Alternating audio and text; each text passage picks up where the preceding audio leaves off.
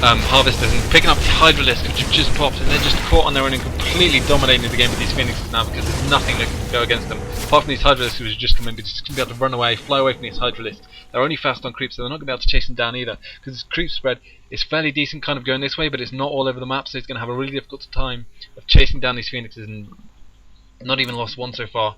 And you can see here jookToJung's lost a lot of resources compared to the Protoss player. He's got less income now. He's basically been forced into a unit choice that he might not have wanted to make.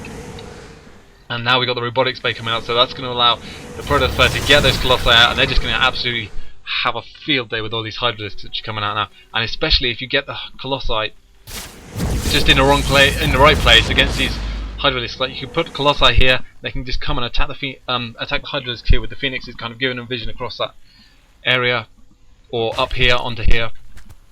And basically the Colossi can do whatever they want and just kind of maraud the hydralisks however they feel like. And we'll just have to check if he's going to get the extra thermal lance upgrade. Not started yet, but you can see he's got 2 robotics facilities out. Neither of them have produced any units, and now we've got 2 Colossi on the way. Stargate's still producing some units, and the Phoenix is just kind of roaming around, having a bit of fun, doing whatever they want. And we do have the thermal lance upgrade coming, so he's going to get dual Robo Colossi from this 2 Stargate Phoenix build. And basically the Zerg's kind of a bit screwed because he's had to take this, which is quite a distance away from his main. Got no creep over there. These Hydras are going to have a difficult time just to cover all 3 of these bases, and really might have gone for this one because it's kind of closer to his main. Got the creep spread already up there, so he's going to have a really hard time holding this off. These Hydralisks kind of in the middle of the map, absolutely nowhere near his base. He's going to be able to pick up this queen, pick that off, pick up even more drones, and you can see it's just easy time of this at the moment. And basically I think the Protoss is so far ahead at the moment, just by his unit choice and what he's forced the Zerg to do. I mean, he's got more harvesters. He really might want to take a 3rd base, but he's looks like jookToJung is going to push out with these hydralisks, try and do some damage before there's too many Colossi out.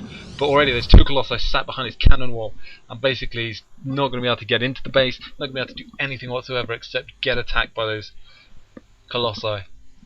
And the Phoenix is still in the base. He's got some Spore Crawlers up now. They're going to be able to kind of hold off the Phoenixes a bit, but really he's been forced to make them as well, which is even more drones being used up. And you can see jookToJung 47 harvesters against 73. And the Protoss is only on 2 base. And ooh, nice, Overlord drops trying to come in. Well, that's going to be pretty risky, but if he does manage to take down these cannons, he could deal a lot of damage, especially if he takes down all these Stargates. But these Colossi can just wander over here and do a lot of damage, which we'll see in a minute. Colossi are going to come in, start really eating up all these Hydralisks, but a lot of Zerglings coming in as well now, and they can't be hit by the Colossi. They're going to be pretty dangerous. These Zerglings getting really close to the base of the Colossi, doing a lot of damage, but the Colossi can just wander up into it. Wow, so many Zerglings just coming in, and wow, these Colossi can't do anything against it. Really nice play there from jookToJung. A lot of light units, but somehow he's managed to basically do a lot of damage, which he should really be able to do, but still, all he's managed to do is take down a few cannons, take down a couple of Colossi, and just kind of hold off the Protoss player. So for now, he's not in the best position, but it's a lot better than it was before, and a lot of damage being done in terms of taking out the Colossi, but he did lose quite a few units. But he has put on a kind of held off the pressure a bit, and down to 5 Phoenixes, but still 5 Phoenixes is quite a few. And if we check the unit counting station, there's no infestors, no roaches, nothing that can really deal with those Phoenixes except for the Hydralisks, which are just too slow to be able to get around. So you really want an infestor to get fungal growth and just fungal growth them. And I have to see, it looks like the Protoss doesn't know about that 3rd base, so really these Phoenixes not actually being as good as they could be, because he could be scouting around the map with these, checking out and seeing that there's that 3rd base there, because he must know there's got to be another expansion, because that's basically all you'd expect, and now he finally spotted it. But Hydralisk popping, might lose him even more Phoenixes. Nice creep spread at the moment from jookToJung, kind of heading all the way almost to the Protoss base at the moment. And these Colossi are taking out these back rocks, so it might go for an expansion, or he might just open up that back route so that he can send some units there. But that's going to be pretty dangerous if we see a lot of more Zerglings from jookToJung. But at the moment he's getting really light heavy, so these Colossi could do pretty well. And he's pumping out more Colossi at the moment, getting some more gateways down. And if we check the production tab, we've got Ground Armor level 1 coming up, we've got more Colossi coming out. Basically he's just got a Phoenix Colossi army for the most part, and just a handful of Stalkers and a handful of Zealot. Not really going to be able to do much against basically any of the Zerg army, but it's just these Colossi, and he's gone for a really fragile, really expensive army. But it looks like we're going to have Baneling drops coming from jookToJung. So those Baneling drops, if they manage to make it in, against those Colossi could do a lot of damage really quickly and basically nullify them completely from taking out these Hydras. It looks like he's going to get a third base there, and he's got like Colossi just kind of sat around waiting, and it looks like he's going to let up even more Banelings. So wow, he's just going to go straight up Baneling against Colossi, which is kind of a pretty creative strategy, because normally you'd think that you might go for maybe some Broaches, maybe some Corruptors, but he's not wasting any resources in getting a Spire. He's just going to go straight up Baneling drops against the Colossi. There's hardly anything now that can shoot air since he's taken down all those Phoenixes. Only 3 Phoenix left. That's not going to be able to kill really any Overlords that are doing these drops. And basically it looks like it's kind of changed around. And despite this really bad composition that you might think against Colossi, he's gone so many Colossi and so few other units. And now he's getting the Zealots. And they're even worse against Banelings, because the Banelings are just going to just drop straight on their heads to take everything out in an instant. And no Stalkers, and what is it, 8 Overlords with 4 Banelings in each. That's 32 Banelings just going to be able to drop straight on top of everything, with absolutely nothing going to be able to take them down except for maybe a few cannons.